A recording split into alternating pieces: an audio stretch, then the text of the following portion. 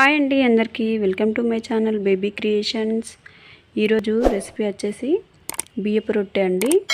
ఈ బియ్యపు రొట్టె చాలా మెత్తగా పల్చగా విరిగిపోకుండా రావాలంటే ఇలా ఒకసారి ట్రై చేసి చూడండి. చాలామందికి ఈ బియ్యపు రొట్టె అనేది విరిగిపోతుందండి. అలా విరిగిపోకుండా సన్నగా రావాలంటే ఇలా ట్రై చేయండి. ముందుగా నేనైతే ఒక 2 కప్పుల వరకు వాటర్ పెట్టుకోవాలి. ఆ వాటర్ని ఇలా మరిగే వరకు స్టవ్ పైన మరిగించాలి బాగా. తర్వాత నేను మరో 2 కప్పుల వరకు బియ్యం పిండి తీసుకున్నాను. ఇందులో కొంచెం సాల్ట్ వేసుకొని మరుగుతున్న నీళ్ళను ఇందులో వేసేయాలి. మొత్తం వేయకూడదు. కొన్ని వేసాక ఒకసారి ఈ బియ్యం పిండి వాటర్లో కలిసే వరకు ఇట్లా ఏదైనా స్పూన్తో కలుపుకోవాలి. చేతి పెడితే కాలుతుంది. ఇలా కొన్ని వేసుకుంటూ పిండిని కలుపుకోవాలి. తర్వాత పిండి కొంచెం చల్లగా అయ్యే వరకు ఇలా స్పూన్తో వాటర్ మొత్తం కలిసే వరకు పిండితో వాటర్ మొత్తం కలిసే వరకు బాగా కలుపుకోవాలి. ఇక్కడ చూడండి కొంచెం చల్లగా అయింది. చల్లగా అయిన తర్వాత ఇలా చేయి పెట్టుకొని వాటర్ ముద్దలుగా ఉంది కదండి, అంతా ఇట్లా బాగా కలుపుకోవాలి. చూడండి ఇట్లా కొంచెం చల్లారాగా ముద్దలాగా పిండిని మొత్తం కొంచెం వాటర్ వేసుకుంటూ కలుపుకోవాలి.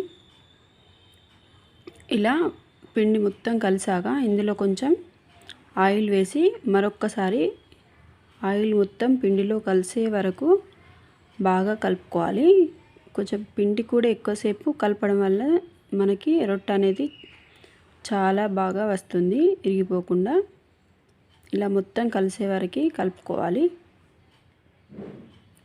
చూడండి ఇక్కడ ఎంత స్మూత్గా అయిపోతుంది పిండి.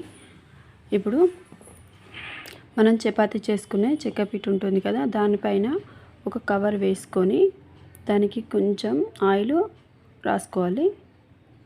కొంచెం ఆయిల్ రాసుకొని ఈ పిండిని పల్చగా ఇలా చేత్తో ఒత్తుకోవాలండి. అంత సమానంగా ఎక్కడ మందంగా లేకుండా మొత్తం సన్నగా ఎంత మనకి పిండి అయితే ఎంత తీసుకున్నామో ఎంత మనకి వీలైనంత పల్చగా చేసుకోవచ్చు. చూడండి మొత్తం అన్ని సైడ్లు కూడా ఒకేలాగా ఉండేటట్టు మొత్తం పల్చగా ఇలా చేత్తో ఒత్తుకోవాలి. ఇలా సైడ్కి సమానంగా అనుకుంటూ ఒత్తాలండి. చూసారుగా ఇలా మొత్తం ఒత్తాలండి. ఇది చాలా బాగా విరిగిపోకుండా వస్తుంది. ఇప్పుడు స్టవ్ పైన నేనైతే రొట్టె చేయకముందే స్టవ్ పైన సిమ్లో పెట్టి పెనం పెట్టాను. పెనం వేడయ్యాక ఈ మనం చేసుకున్న రొట్టె దానిపైన వేసుకోవాలి.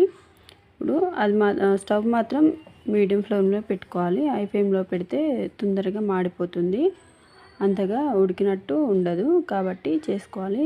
నేను అంతలోపు అది కొంచెం కాలే వరకు నేను ఇంకో రొట్టె కూడా చేసుకుంటున్నాను. చూడండి అది ఇట్లా చపాతీ చేసుకునే కర్రతో కానీ చేసుకోవచ్చు, లేదా ఇలానే చేత్తో కూడా ఒత్తుకోవచ్చు.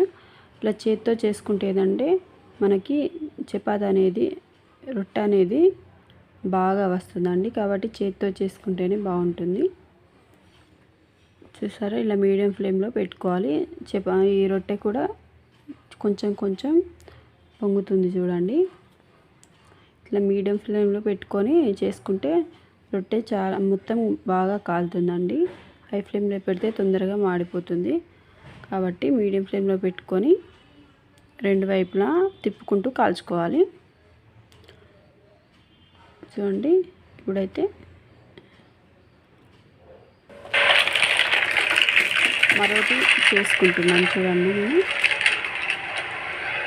మరో రొట్టె కూడా నీపై వేసుకుంటున్నాను.